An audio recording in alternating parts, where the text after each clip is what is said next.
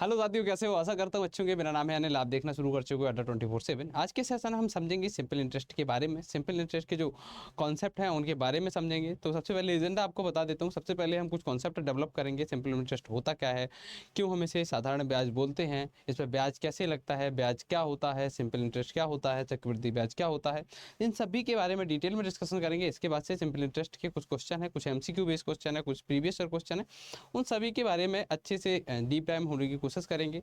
तो सबसे पहले स्टार्ट करते हैं अपने सेशन को। सेशन में बहुत मजा आएगा, तो यदि सेशन को अच्छा लगता है तो सेशन को लाइक कर दीजिए, चैनल को सब्सक्राइब कर सकते हैं और अपने दोस्तों के साथ शेयर करना बिल्कुल ना भूलें। चलिए स्टार्ट करते हैं।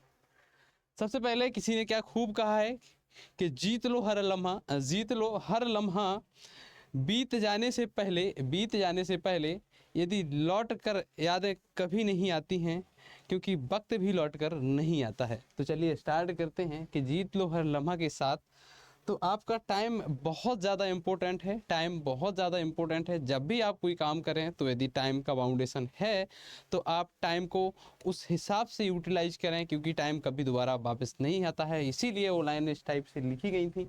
चलिए स्टार्ट करते हैं। सबसे पहले समझने की कोशिश करते हैं कि जो सिंपल इंटरेस्ट होता है क्या होता है। जो सिंपल इंटरेस्ट होता है, सिंपल इंटरेस्ट में हमारा इंटरेस्ट कैसे जगेगा, है ना। सिंपल इंटरेस्ट में हमारा इंटरेस्ट कैसे जगेगा। तो सिंपल इंटरेस्ट में जो हमारा इंटरेस्ट जगेगा साधारण ब्याज में, इसमें साधारण ब्याज में हमारा जो इंटरेस्ट कैसे जगेगा, तो हमें थोड़ा सा इसमें हमें समझना होगा। इसको जानने से पहले हमें बहुत जानना बहुत ज़्यादा ज़रूरी है कि ब्याज क्या होता है। ठीक है, ब्याज क्या होता है। तो ब्याज के बारे में सबसे पहले हम बात करेंगे। ठीक है, अब ब्याज क्या है। जैसे मैंने आपसे बोला कि भाई साहब मैं आपको 5,000 रुपये दे रहा हूँ, तो आप बोले भाई साहब हम तो कुछ ना कुछ ब्याज लेंगे, मुझे आप 1% दे देना, 2% देना, ऐसी ही बात होती है। सेम यदि मैंने आपसे बोला कि आप ब्याज लेंगे कुछ ना कुछ, या मैं आपको यदि पैसा उधार दूंगा तब आप ब्याज देंगे मुझे कुछ ना कुछ, तो जो आप जैसे आपने मुझे 100 रुपये दिया, कितना, लेट सपोज 1,000 ले लेते चलिए। ठीक है, आपने मुझे 1,000 रुपये उधार दिया और आप बोले कि मैं आपसे इस पे कितना ब्याज लूँगा। आपने बोला मैं तो 100 रुपये ब्याज लूँगा। ठीक है, मैंने बोला, आपने बोला कि मैं 100 रुपये ब्याज लूँगा। ठीक है, मैंने कहा ठीक है भाई साहब आप 100 रुपये ब्याज ले लीजिएगा, लेकिन तो यदि मैं आपसे पूछता हूँ कि ब्याज क्या है, तो यही ब्याज है। यदि मैंने आपसे आपने बोला कि 1 साल के लिए पैसा दे रहा हूँ, आप मुझे 100 रुपये दोगे हर 1 साल में। ठीक है, यदि आप मुझे हर 1 साल में 100 रुपये ब्याज दे रहे हैं, या फिर आपने मुझे दिया है तो मैं आपको दे रहा हूँ, जिसने भी जिसको उधार दिया, लेट सपोज मैं हूँ मैं हूँ, मैंने आपसे 1,000 रुपये, आप हैं ये, आपसे मैंने 1,000 रुपये ब्याज, 1,000 रुपये उधार लिया, और आपसे बात हुई कि आप हर एक साल में मुझे 1,000 रुपये क्या देंगे, ब्याज देंगे। हर एक साल में आप मुझे 1,000 रुपये क्या देंगे, ब्याज देंगे। ठीक है, 1,000 रुपये पे आप मुझे 100 रुपये ब्याज देंगे। तो यदि आप हर साल बराबर ब्याज की बात करते हैं तो हमारे सामने एक कॉन्सेप्ट निकल कर आता है, उसे ही हम कहते हैं सिंपल इंटरेस्ट, अर्थात SI के नाम से जाना जाता है। करेक्ट।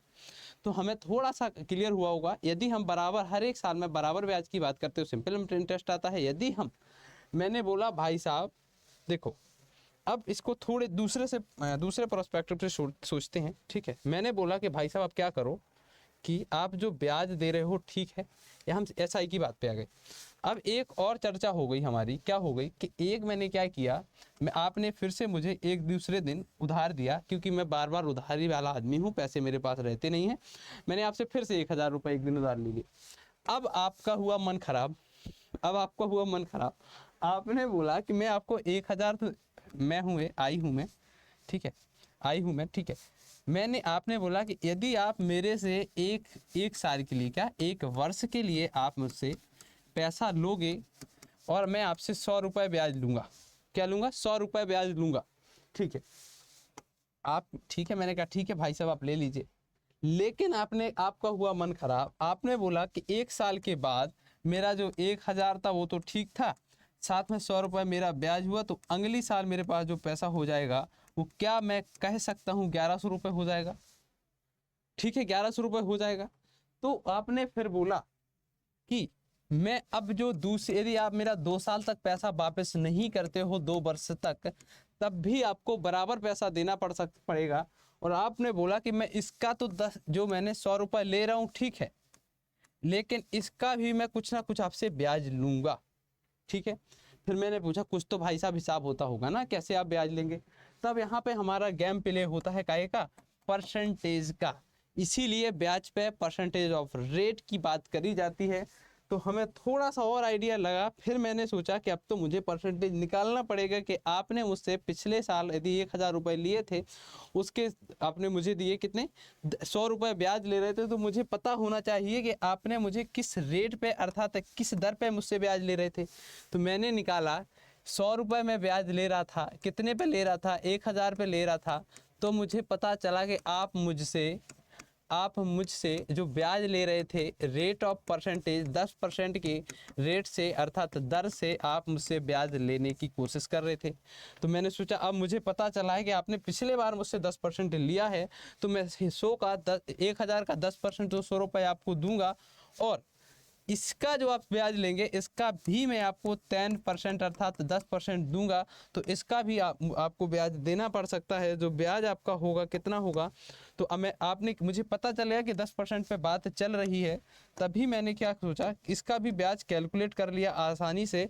और मुझे तभी पता चला कि जो 100 का 10% होगा, 100 का 10% होगा, वो 10 रुपये होगा। कितना होगा, 10 रुपये। और जब हम क्या करते हैं, ब्याज पे ब्याज लेना शुरू कर देते हैं, तो वही हमारी क्या हो जाती है, उसी को हम बोल देते हैं क्या, CI अर्थात चक्रवृद्धि ब्याज। सो आज हम जो आज के सेशन में बात करेंगे, CI की बात नहीं करेंगे, ओनली SI के क्वेश्चन को सॉल्व करेंगे, SI को आगे लेके जाएंगे। तो आपको ब्याज के बारे में थोड़ा सा तो आइडिया क्लियर होगा कि CI क्या होता है, SI क्या होता है, सिंपल इंटरेस्ट क्या होता है, और चक्रवृद्धि ब्याज क्या होता है, कंपाउंड इंटरेस्ट क्या होता है। अब हम चलते हैं थोड़ा सा आगे और समझने का प्रयास करते हैं कि हमने आज जाना कि सिंपल इंटरेस्ट क्या है, क्योंकि जब ब्याज हर साल बराबर लगता है, each and every year same ब्याज यदि लगता है, तब हमारी बात होती है किसकी, तब हम बात करते हैं CI की। तो हम सिंपल इंटरेस्ट की यदि हम बात करें, SI की बात करें, तो सिंपल इंटरेस्ट जो होता है, कैसे हम इसको कैलकुलेट करते हैं। अब हम एक एग्जांपल लेते हैं। लेट सपोज मेरा नाम है क्या, मेरा नाम अनिल है, मेरा नाम क्या है, अनिल है।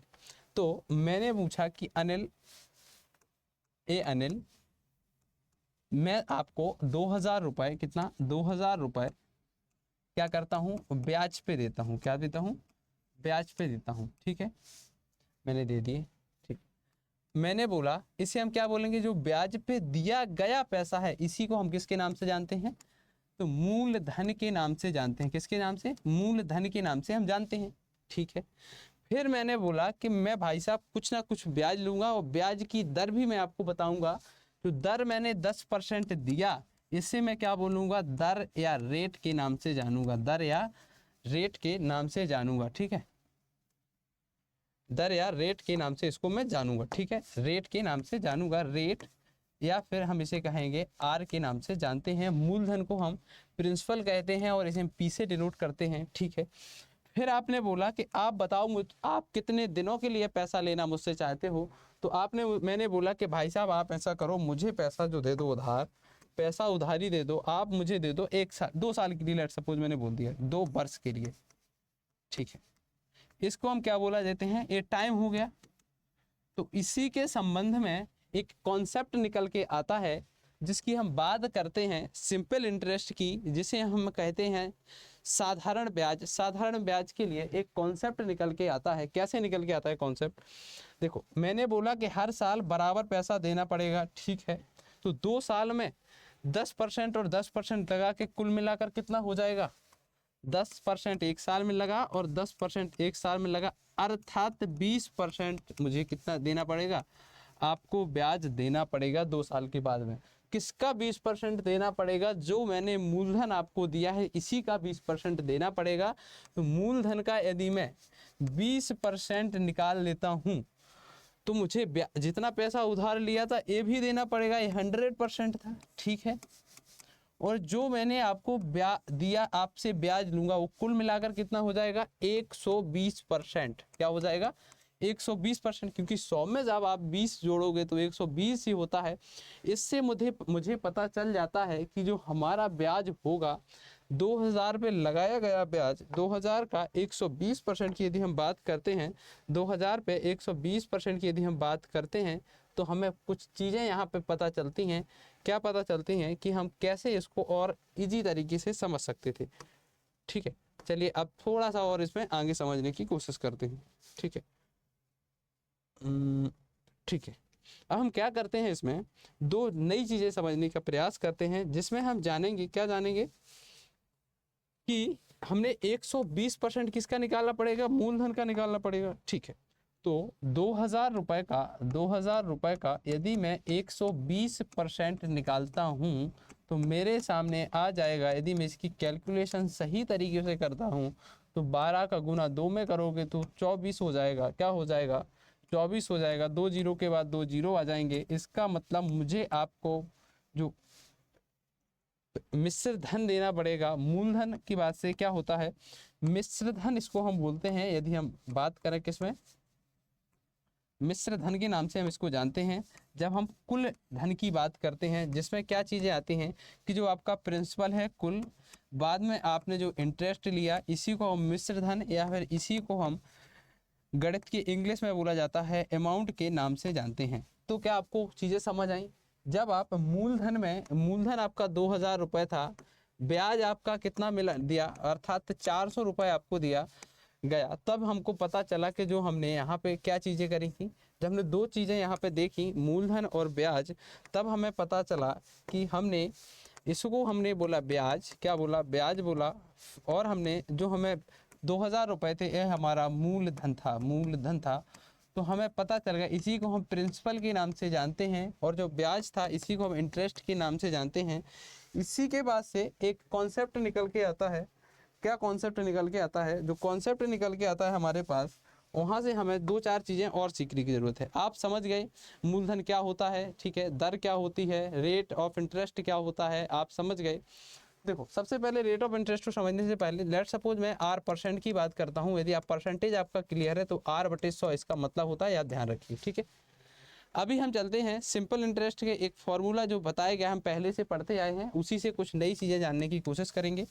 ऐसा ही बराबर हमें बताया गया है, अर्थात सिंपल इंटरेस्ट या साधारण ब्याज बराबर हमें बताया गया है कि P अर्थात प्रिंसिपल होता है, R मतलब रेट ऑफ इंटरेस्ट होता है, T मतलब टाइम होता है, डिवाइड बाई होता है 100 से। बस इसको आप नोट करना चाहें तो नोट कर सकते हैं। यदि आपके दिमाग में पहले से इसकी फ़ोटो कापी रखी हुई है तो आपको दोबारा से याद करने की बिल्कुल ज़रूरत नहीं है। तो चलिए इसको अब आगे, इस कॉन्सेप्ट को खाली दिमाग में रखिए। जब आपसे ब्याज लिया जाता है तो बराबर लिया जाता है, हर एक वर्ष में आपसे समान ब्याज लिया जाता है, ये ध्यान रखिए। चलिए अब आगे थोड़ा सा एक क्वेश्चन सॉल्व करते हैं, फिर हमारे दिमाग में कितनी क्यूरियोसिटी जागेगी कि हम और कितने तरीके से क्वेश्चन को सॉल्व करते हैं। हर एक क्वेश्चन एक मतलब लेवल पे लाया गया है, उसमें आपको बताया गया है कि आप कौन सी चीज़ें कहाँ पे एक्सप्लेन कर सकते हो और कहाँ पे किस टाइप से फॉर्मूला काम करेगा। साथ में आप ये भी बता सकते हो कि आप कभी कभार ऐसा भी होगा कि आपको फॉर्मूले की ज़रूरत नहीं पड़ेगी, तो उससे आप लोग क्वेश्चन सॉल्व कर सकते हो। चलिए देखते हैं पहले क्वेश्चन की तरफ। पहला क्वेश्चन आपकी स्क्रीन पे है। पहला क्वेश्चन कह रहा है कि यदि आपके पास 2000 रुपये पर 75% प्रति हजार वार्षिक दर पर 2% का साधारण ब्याज क्या होगा। इन्होंने क्या बोला कि यदि मैं आपको 2000 रुपये उधार देता हूँ, देखो ये वो जो हम जिस कॉन्सेप्ट की अभी बात कर रहे थे वही कॉन्सेप्ट आ गया है यहाँ पे।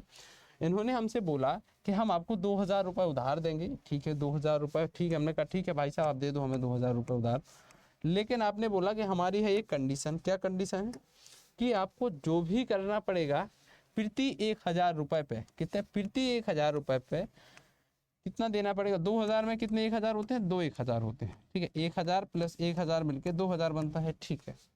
उन्होंने बोला कि प्रति 1000 रुपये पे आपको 75 रुपये ब्याज देना पड़ेगा। 75 रुपये क्या देना पड़ेगा, ब्याज देना पड़ेगा, ठीक है। हमने कहा ठीक है, हमें पैसों की थी ज़रूरत। हमने बोला ठीक है भाई साहब, आप 75 रुपये प्रति 1000 रुपये पे ब्याज हमसे ले लेना। तो कितने वार्षिक बोला उन्होंने कि आप हर एक साल में हमें 75 रुपये 75 रुपये दोगे। यदि दोनों हजार की मैं बात करता हूँ तो 150 रुपये के आप मुझे दोगे एक साल में ब्याज, ठीक है।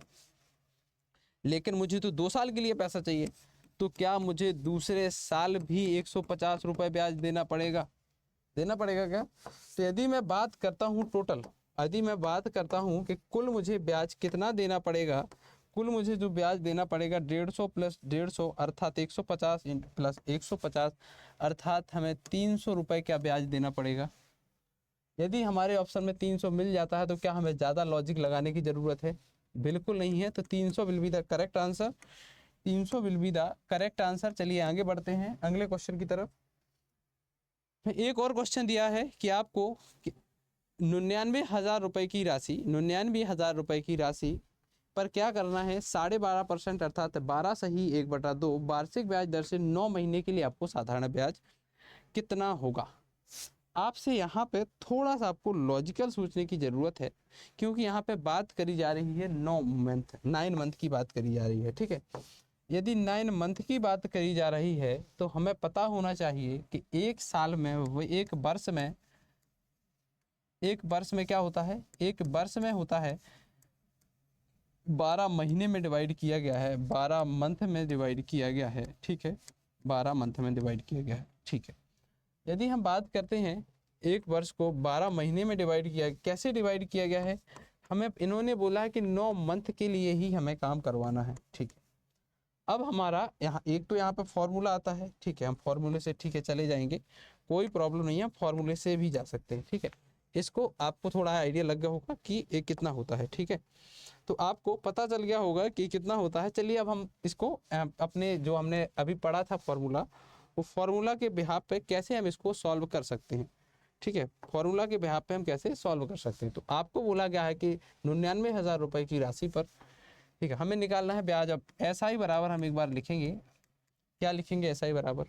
ठीक है, हमें पता चला कि 99,000 रुपये की राशि है। ठीक है, 99,000 रुपये की राशि है, कोई प्रॉब्लम नहीं है। टाइम उन्होंने हमें डिनोट किया हुआ है, कितना किया गया है? 9 मंथ किया गया है। तो 9 मंथ में कितने? 12, 9 में 9 महीने हैं, एक साल में 12 महीने होते हैं। ठीक है, एक यदि वर्ष की हम बात करते हैं तो करेक्ट।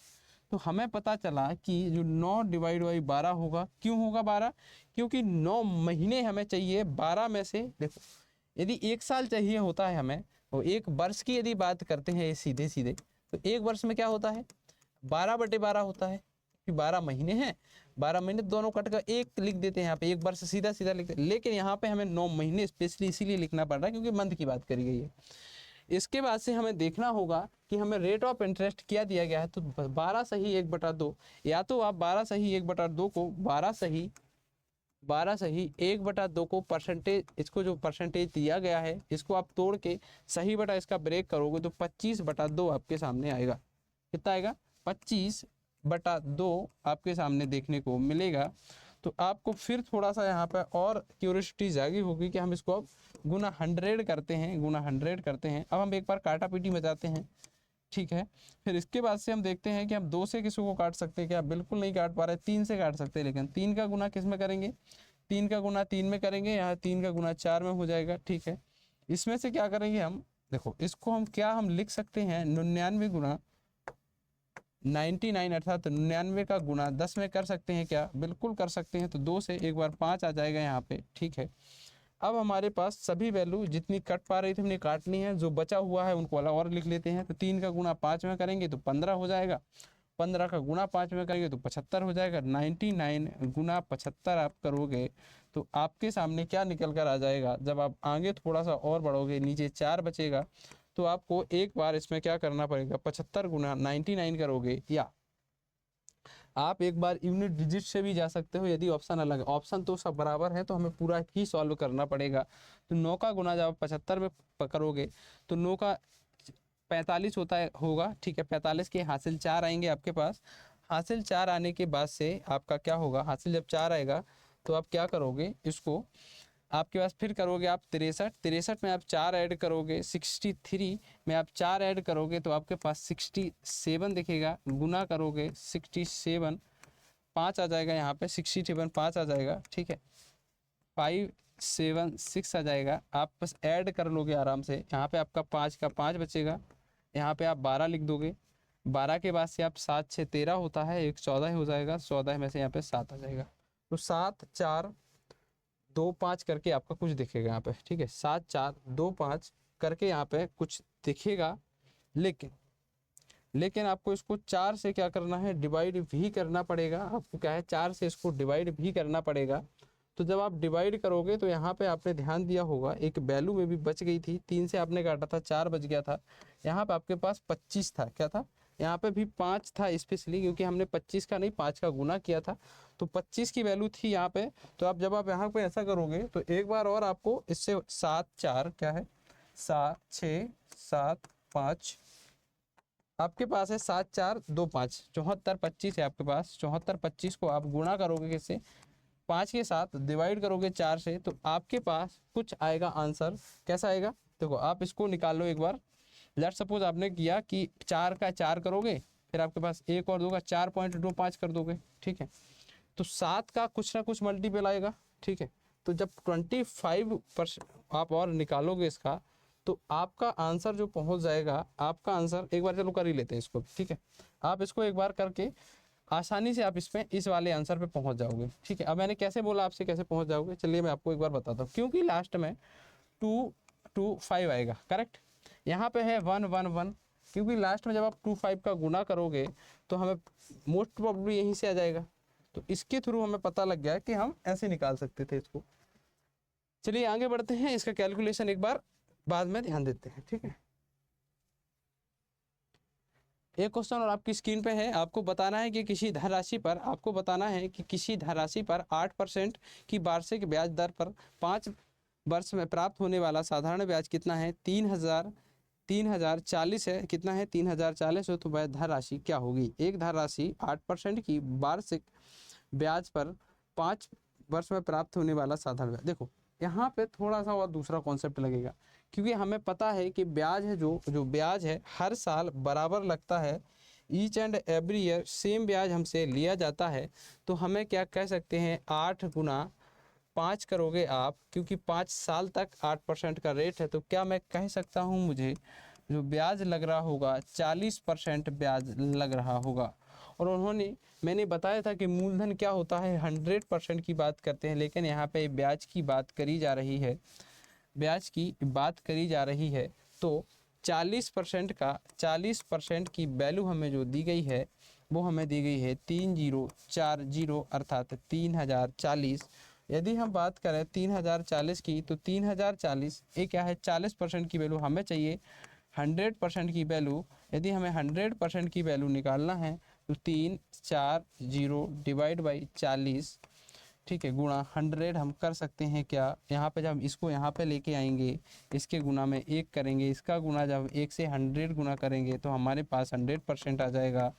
और जब आप यहाँ पे बात करेंगे तो एक बार 0 से 0 काट सकते हो, 3 को आप करोगे 7 टाइम, तो आपके पास 4 सत्ते 28 होता है, ठीक है, 2 4 बचेगा, तो आपके साथ 4 चौको छंगा 24 होता है, 2 0 0 अर्थात 7 6 0 0 7600 will be the correct answer.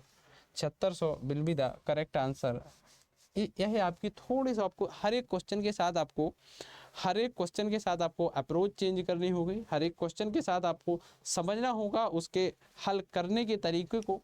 क्योंकि यदि आप ये चीज़ें ध्यान में रखते हो तो आपका जो CGL CHSL MTS के एग्जामिनेशंस होते हैं वहाँ पे आपको देखने को मिलेगा कि आपकी स्पीड, क्वेश्चन को सॉल्व करने की स्पीड, एक्यूरेसी, तो ऑप्शन से आप पहले, क्योंकि आपके जो भी वनडे एग्जाम होते हैं आपको पता है कि वहाँ पे MCQ बेस्ड क्वेश्चन पूछ जाएंगे, करेक्ट। तो चलिए अगले क्वेश्चन में 8000 रुपये की राशि 3 साल और 4 महीने में 360 रुपये हो जाती है, साधारण ब्याज देती है, तो वार्षिक ब्याज दर क्या होगी, मतलब सालाना कितना पैसा लग रहा होगा, ये हमसे पूछा जा रहा है।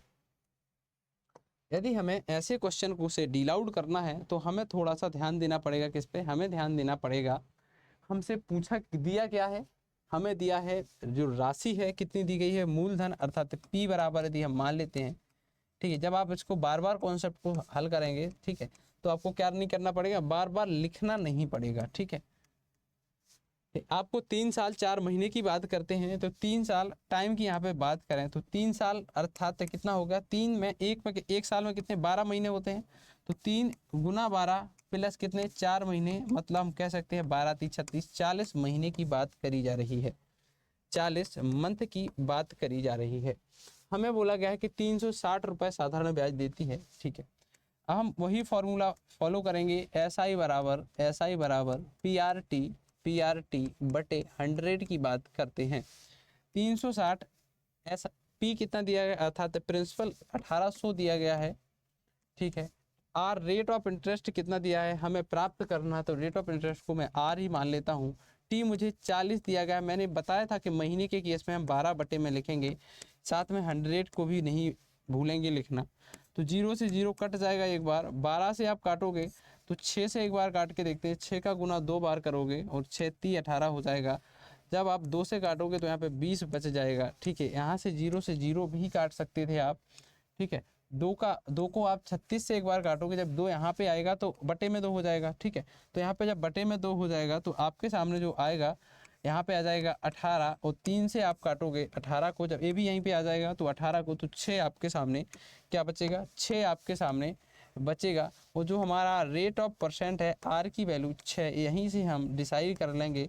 इसका मतलब हम बिल्कुल सही आंसर सॉल्व कर रहे थे। इस तरीके से हमें अपने आंसर को सॉल्व करने की अप्रोच रखनी चाहिए, तो हमारा 6 will be the correct answer. चलिए आगे बढ़ते हैं अगले क्वेश्चन की तरफ। एक क्वेश्चन दिया गया है, यदि आप 12,800 की राशि को 9% वार्षिक ब्याज दर पर 5 वर्षों के लिए निवेश करते हैं तो बैंक द्वारा आपको कितनी राशि लौटाई जाएगी। आपने क्या किया कि 12,000 रुपये, 12,800 रुपये, 12,800 रुपये आपने क्या किए, किसी बैंक को जमा कर दिए। कहाँ पे, बैंक में आपने जमा कर दिए, ठीक है। बैंक में आपने जमा कर दिए, ठीक है, आपने जमा कर दिए। अब आपको क्या हुआ, बैंक वालों ने बोला कि हम आपको 9% वार्षिक, एक साल में 9% वार्षिक ब्याज दर देंगे। एक साल में 9% आपकी राशि का दिया जाएगा, आपको 5 वर्ष तक दिया जाएगा। तो मैंने बताया था सीधा गुना कर सकते हैं, यहाँ पे हम इसलिए कर सकते हैं क्योंकि हमें पता है ब्याज हर साल बराबर लगता है। तो 9% गुणा 5 करोगे, अर्थात 4 और 5 45% की बात हो गई है। तो यदि मैं 12,800 का कितने परसेंट निकाल लेता हूँ, देखो 100% तो मेरी खुद की मूलधन था, मूलधन कितना होता है 100% होता है।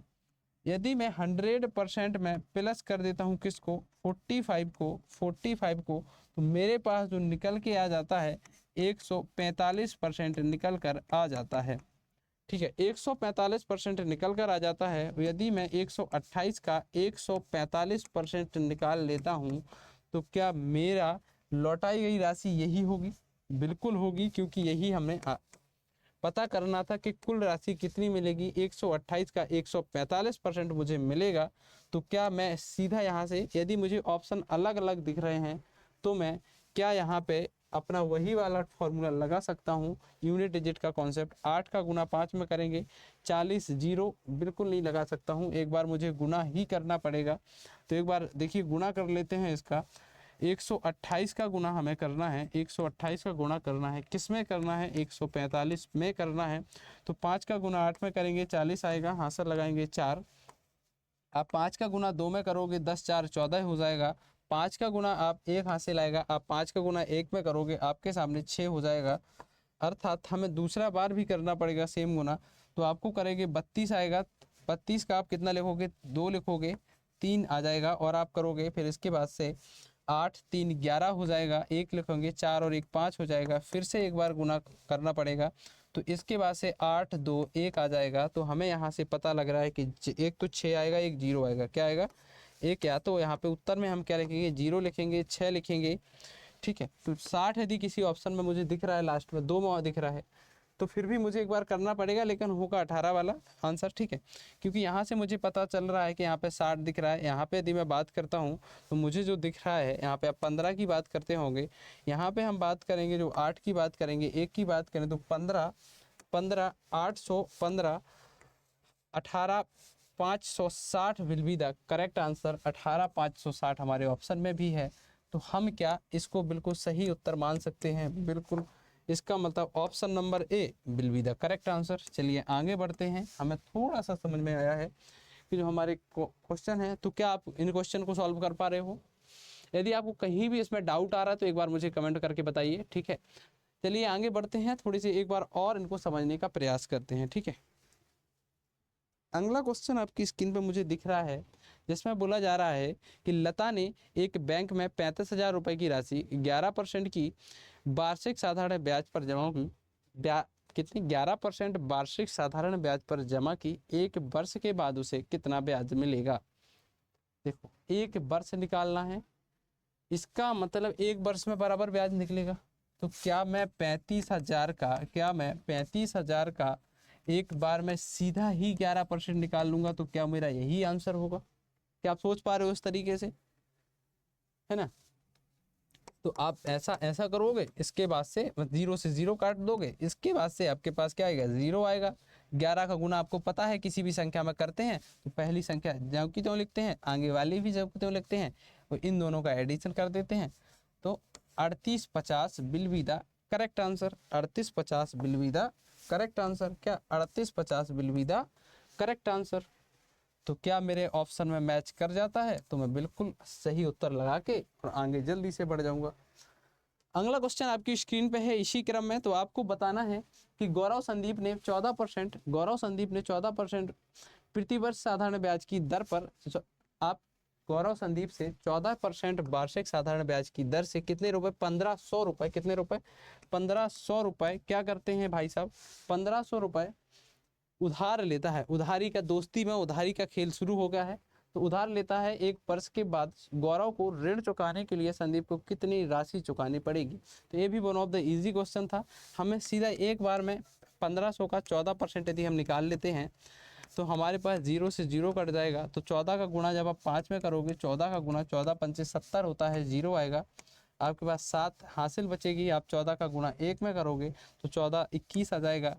तो क्या यहाँ पे 200, क्या यहाँ पे मुझे दिख रहा है कितना उधार राशि लिया था? ठीक है, 210 दिख रहा है। कितना दिख रहा है? 210 दिख रहा है। कुल राशि की बात करी जा रही, अर्थात मुझे यहाँ पे क्या निकालना पड़ेगा? अमाउंट की बात कर दी गई है। तो मुझे जो हमारे पास क्या था, अमाउंट की बात कर दी गई है, तो मुझे यहाँ पे जो हमने प्रिंसिपल था और प्रिंसिपल के साथ साथ जो हमने क्या निकाला? ब्याज निकाला। ब्याज निकाला। ब्याज अर्थात इंटरेस्ट को जोड़ना पड़ेगा। कैसे जोड़ना पड़ेगा? ब्याज कितना था? जो ब्याज है हमारा 210, जो हमारा प्रिंसिपल था 1500, ब्याज 210 है। तो क्या मैं यहाँ पे 0 1 आएगा, 7 आएगा, 1 1710 will be the correct answer. क्या मैं कह सकता हूँ 1710 will be the correct answer? तो ऑप्शन नंबर सी हमारा सही उत्तर है। ऑप्शन नंबर सी हमारा सही उत्तर है। मजा आ रहा है क्या? लग रहा है कि हम सिंपल इंटरेस्ट के क्वेश्चन आपके एग्जाम्स में जो आगे क्वेश्चन होंगे कुछ अदर टाइप के, आज के सेशन वो कवर नहीं होंगे, आगे आने वाले सेशन में कवर होंगे। लेकिन आपको इसी तरीका के क्वेश्चन मिलते हैं, इससे भी सरल क्वेश्चन मिलते हैं जब आपके एग्जामिनेशन में पूछे जाते हैं। ठीक है, क्योंकि वहाँ पे जितने भी क्वेश्चन आपसे पूछे जाएंगे वो किसी ना किसी तरीके से ट्रिक बेस्ड क्वेश्चन आते हैं।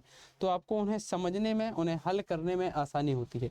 एक राशि पर 2 वर्ष के लिए, एक राशि पर 2 वर्ष के लिए 10% रेट ऑफ इंटरेस्ट क्या है? दर आर की यदि बात करते हैं तो 10% हमें दी गई है।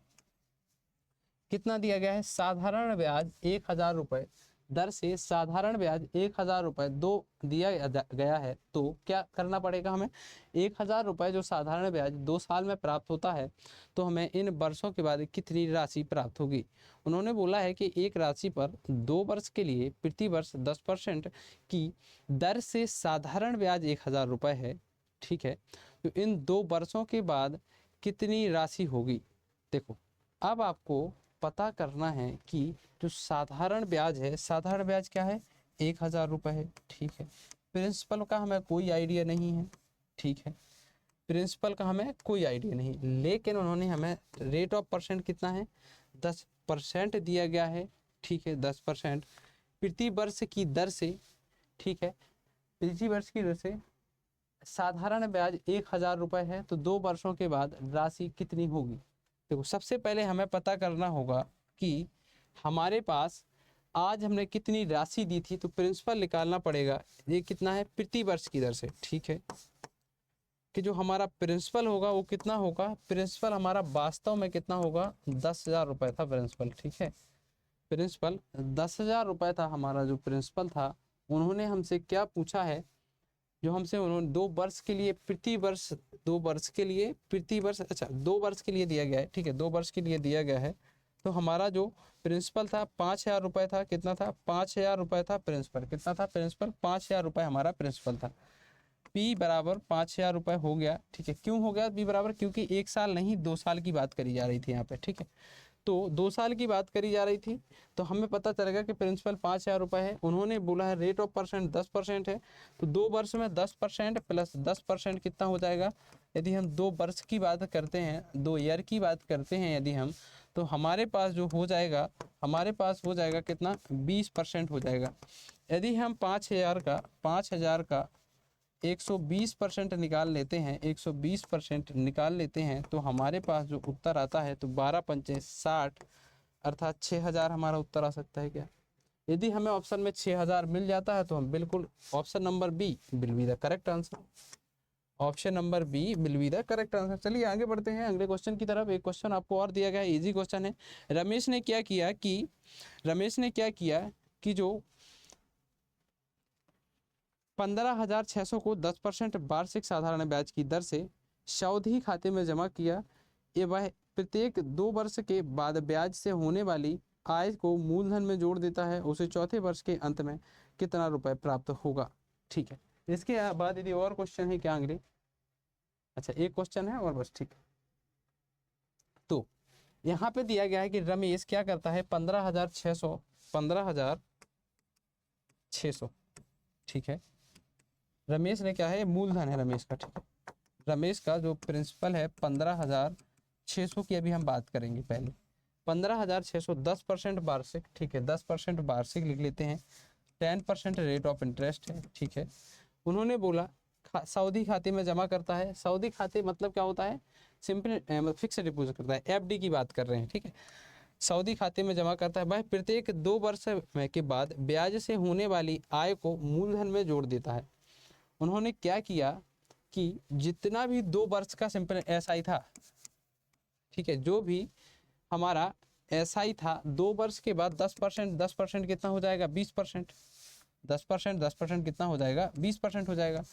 तो क्या मैं 20% राशि इतनी की निकाल सकता हूँ। पहले एक बार 20% राशि 15,600 की जब आप निकालोगे तो आपके पास जो आएगा, यहाँ पे आप एक बार 0 से 0 काट दोगे, फिर आपके पास 56 गुना 2 आएगा। एक बार इसको, ठीक है, थोड़ा सा एक पे में लिख लेते हैं, ठीक है, ताकि हमें थोड़ा सा समझ आ जाए। एक सेकेंड, ऐसा करते हैं, यहाँ पे थोड़ा सा छोटा कर लेते हैं क्वेश्चन को, और यहाँ पे हम इसको लिखना शुरू करते हैं, ठीक है, ताकि थोड़ा सा और इफेक्टिव वे में इसको सॉल्व कर पाएँ। यहाँ पे क्या करेंगे, हमने समझा कि हमें क्या करना होगा कि जो हमारी 15,600 की राशि है, क्या है 15,600 की राशि है, इसका हम 20% निकाल लेते हैं। क्या 20% निकाल लेते हैं, तो हमारे पास 1/5 बचेगा। 5 बचेगा तो हम इसको 5 × 15 होता है, 5 के 5 होता है, और यहाँ पे बचेगा 5 दूनी 10, 3120 रुपये, 3120 रुपये मुझे ब्याज मिल जाएगा। और यदि मैं 15,600 में 3120 जोड़ देता हूँ, कितना 3120 जोड़ देता हूँ, तो कितना आता है मेरे पास, यहाँ पे प्राप्त होता है 0। और यहाँ से हम बात करते हैं 2 की, यहाँ से हम बात करते हैं 7 की, यहाँ से बात करते हैं हम 8 की। तो मुझे क्या, यहाँ पे हम बात करेंगे 8 की, यहाँ पे 18,720 रुपये, 18,720 रुपये का कितने परसेंट निकालना पड़ेगा। अब मुझे 18,720 का जो ब्याज हमें मिलेगा, इसका भी मुझे 2 साल में 20% मिलेगा, इसका भी मुझे क्या मिलेगा 2 साल में 20% प्राप्त होगा। तो यदि 2 साल में मुझे 20% प्राप्त होता है, तो मैं क्या करूँगा 1/5 ही प्राप्त होगा, ठीक है। इसका भी मैं 5% निकाल लूँगा।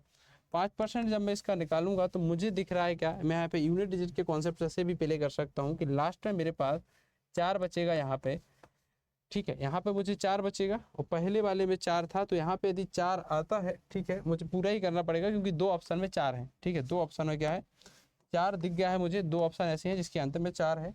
तो यदि हम 4 की बात करते हैं तो 4 यहाँ पे भी है, इसीलिए हम इसको पूरा करने की कोशिश करेंगे।